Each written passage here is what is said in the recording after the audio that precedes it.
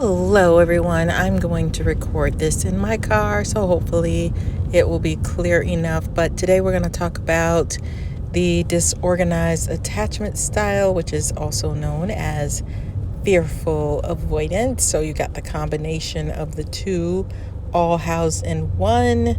And we're going to talk about how love is fleeting for them. It's not a constant for them. They want it to be constant, but it's just not. And that can be the frustrating thing. And it usually happens when love is awakened. They could be around someone and they could have a little crush, but they're not all the way there, or they're not interested, or they're not really paying attention to someone in a romantic sense. But then once the romantic light flickers on, something changes, and all of a sudden it's hard for them to even know, who am I? Who was I? How was I acting when the person liked me? Now I don't know how to act now that I really like the person. And it opens up this side of them that's very longing, that has a potential to feel a lot of hurt. And that's when things become scary, because for them, love is conditional.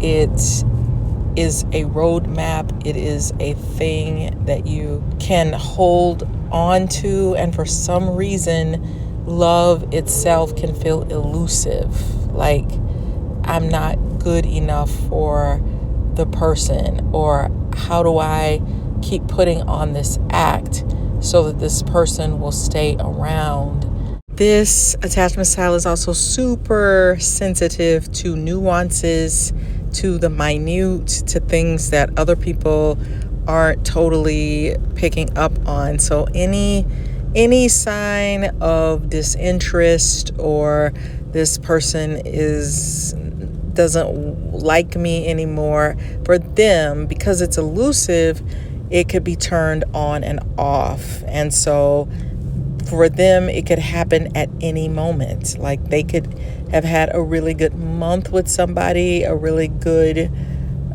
year, and then all of a sudden they can feel like, I feel a shift. Has the person changed their mind? Is it the way that I look?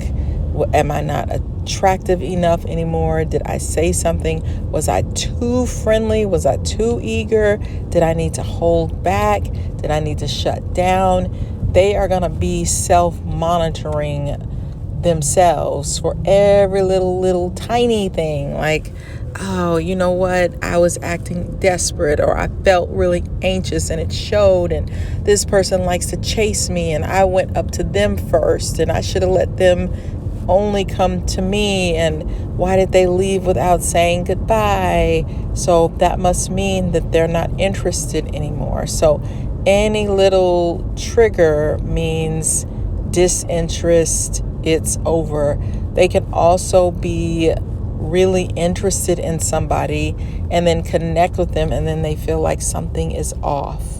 Something like we're not connecting in the same way, like we're both, maybe things were too intense for so long, and now we're both hyper aware of ourselves and how we act because the feelings are so strong, and this is probably not the right relationship, but for whatever reason, and we probably shouldn't have been talking anyway. I don't know.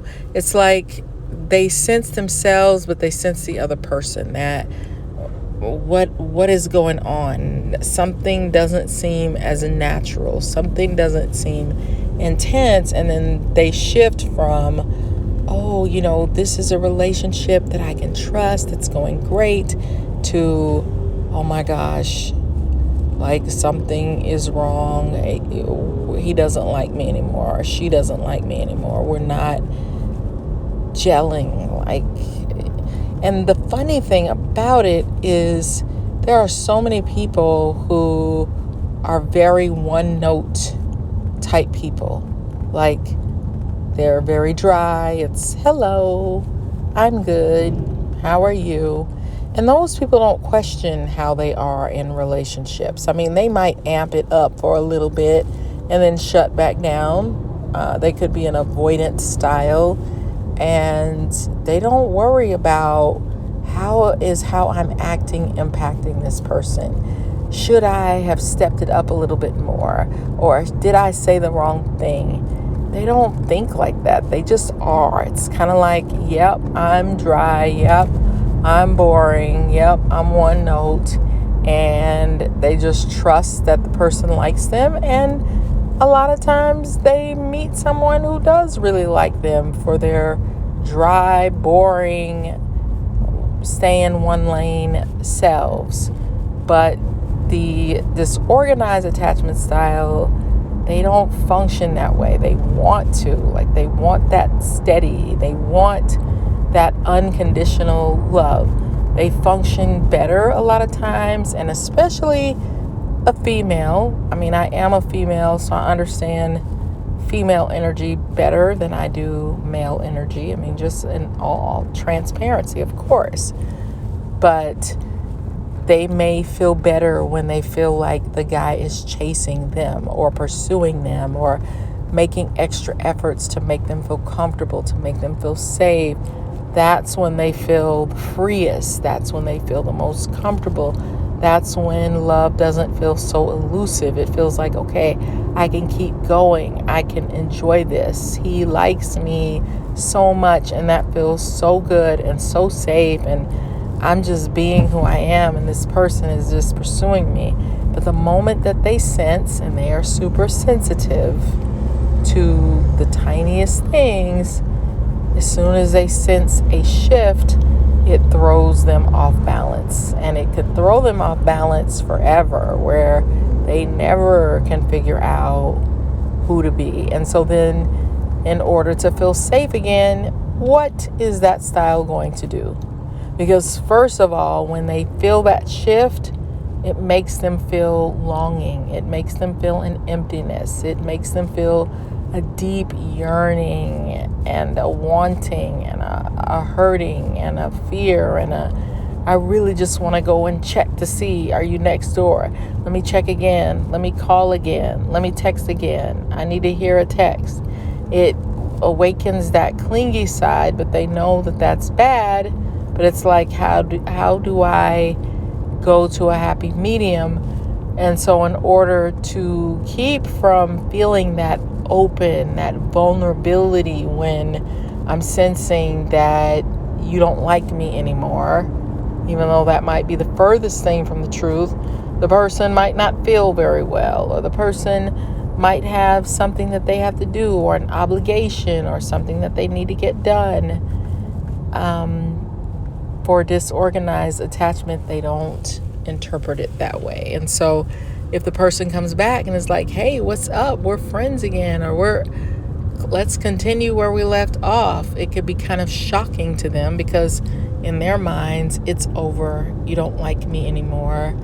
It's done. And they will try their best not to convey that. Well, some of them may not be able to help it. They might tell how they feel and start to potentially destroy the relationship, because they're letting the person know, like, what's going on? Why aren't you talking to me? Why aren't you calling me? They go into that anxious style of attachment.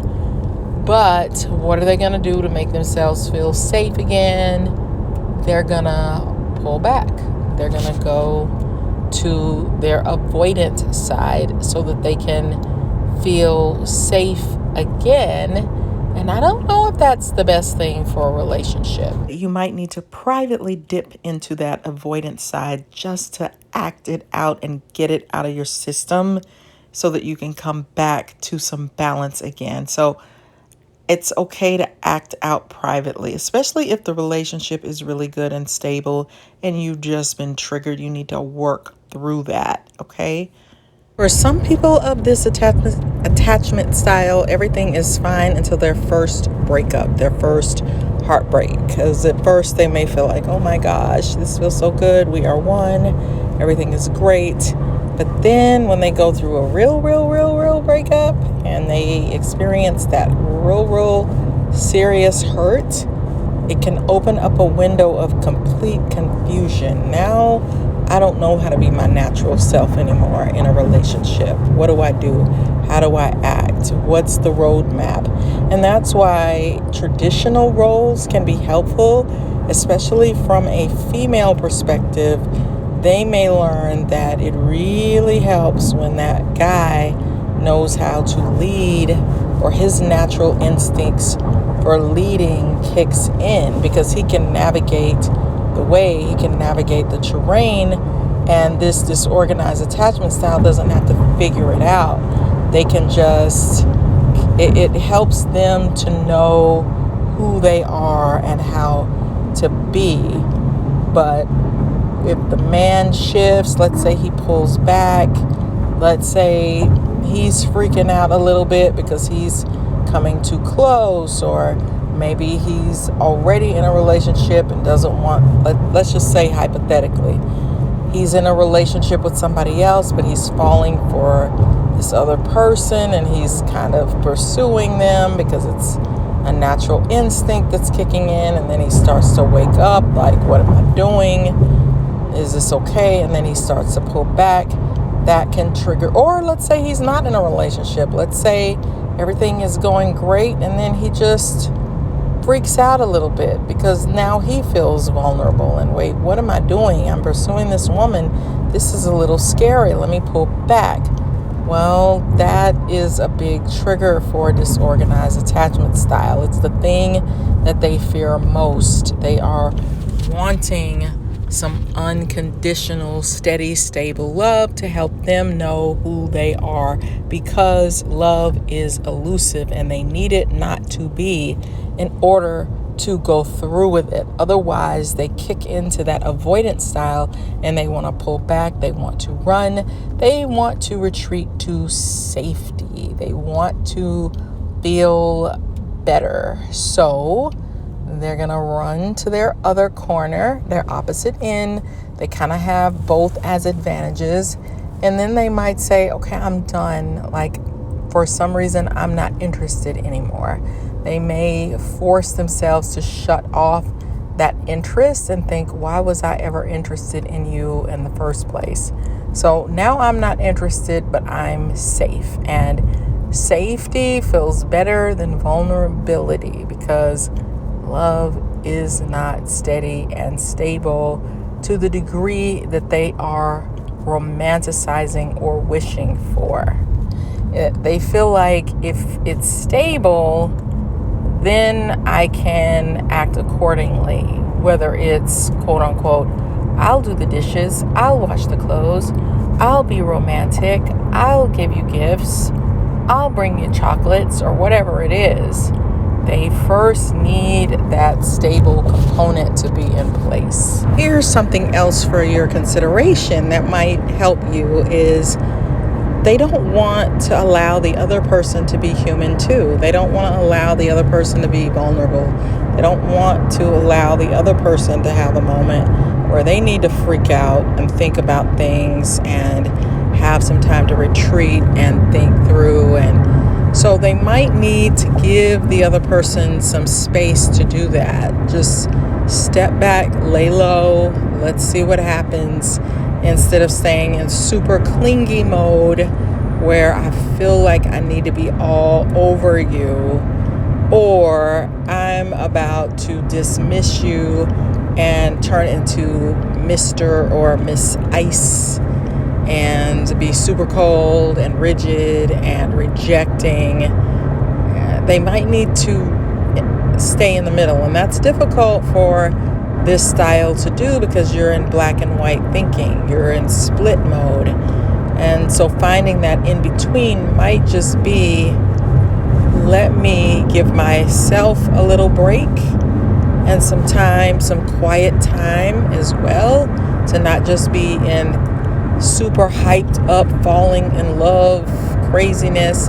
Let me take this opportunity also to retreat a little bit, be kind, be nice, but allow that other person to really work some things out themselves and think some things through that's okay. It's necessary. It's important because love can be a big decision. It can be life altering. It can be scary because nobody wants to get hurt.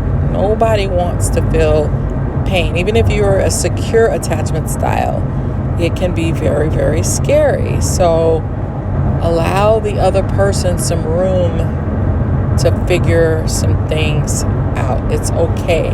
Doesn't mean that they've changed their mind or that they don't like you anymore or that they hate you or that they think you're the worst person in the world. They're also trying on some things because it's like before, maybe you were both just being super spontaneous and having fun, and then all of a sudden you realize, wait a minute, like I'm falling so hard for this person, I could really get hurt. So give them a little bit of space, because what could also happen is a disorganized attachment style might want to start game playing. Like, you know what, I'll find somebody else and I'll make you jealous and I'll throw it in your face because we're not fully committed to each other anyway.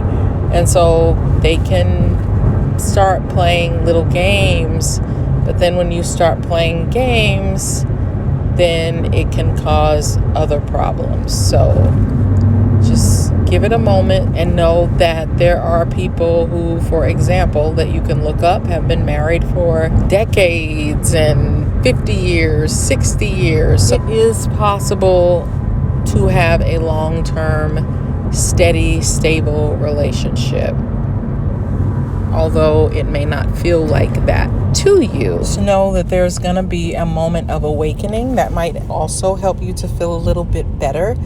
Everything could be going so blissfully, amazingly well, and a disorganized attachment style is really depending on that for things to be going well, even if they are the type that argues and fights and likes some drama and does that whole thing, because some disorganized attachment styles will be in relationships like that, where there's the drama and then there's the coming back together and then they get it out and then we're back together and we're close and now we're breaking up and I'm testing the boundaries and all that stuff. Or you could be, hi, I'm happy and stable all the time, when you know that is deeply not the truth. You could be presenting as a very secure attachment style when that is not you at all. And so you feel like you're being a fake and a fraud. It's okay to share your feelings and your emotions and some of the truths about what you're going through. You don't have to be perfect all the time. In fact, it can make somebody connect to you better when you don't try to be perfect. When you let them know, hey, my car was acting up and I'm sad about it. Or I had a frustrating day at work and I didn't meet my deadlines, or I felt embarrassed because I slipped, and so it's okay to be vulnerable. That is not the thing that's going to make somebody not like you, and it might make you feel better because you are in your truth instead of being this totally, oh, everything is so great and I don't have any problems at all and everything is just wonderful, when you know that isn't the truth. But sometimes when you're mating and relating, the other person can start to wake up and be like, uh-oh, she really likes me. Now what do? I might have to actually do something about how I'm feeling, because she might expect me to make a bigger move and I'm not quite ready for it, because now I feel scared. All this time I've been pursuing her, for example, male-female type thing, and I'm finally winning her over. I'm seeing the signs. She's smiling at me. She's dressing up more for me. She's letting me in a different way. And can I handle what that means? Can I handle the responsibility of that? Can I change my whole lifestyle for her? Can I move to the city where she's living? Can I accommodate her? Am I making enough money?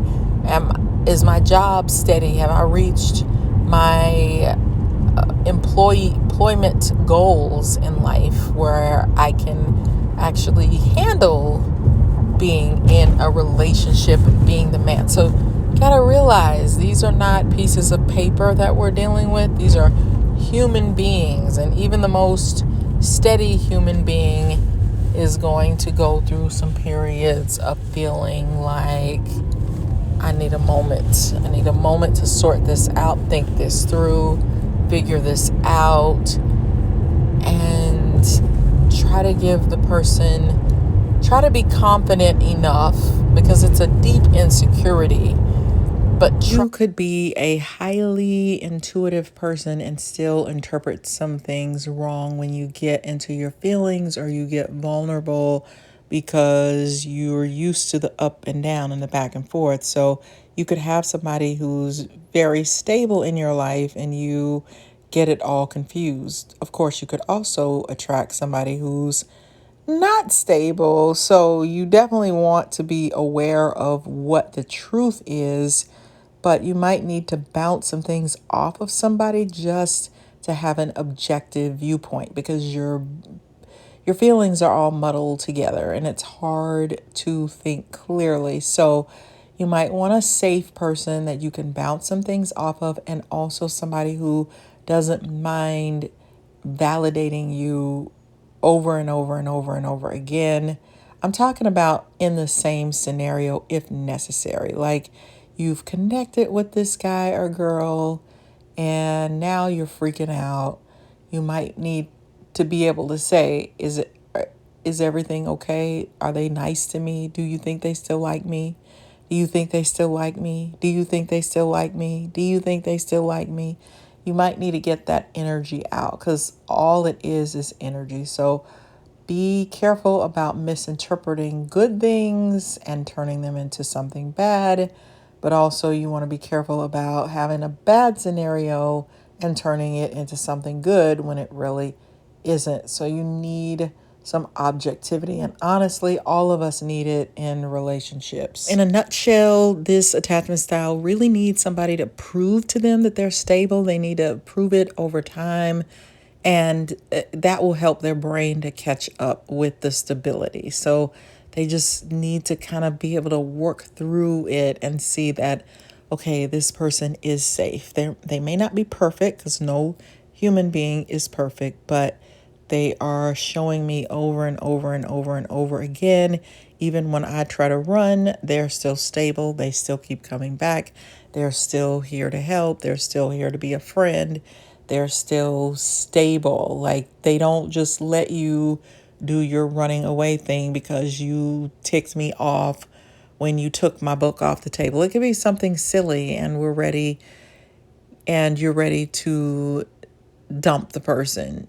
And instead of letting them be human and giving them a chance and trusting the fact that they really do like you. You want to make your relationship so much better, then I think you will enjoy reading my book called Flip the Script on Love. And I also wrote a book about all the Myers-Briggs personality types. So check that out. And also a book on narcissism for those mean people that we have to deal with sometimes. I wrote a book called The Workplace NaRCISSiST. Check all of those out. I'll put the link in the description box because they're on Amazon by Tamara Zyon. And I will see you lovely people on the next video. Be sure to like, subscribe, and let me know what video you want me to do next. Bye.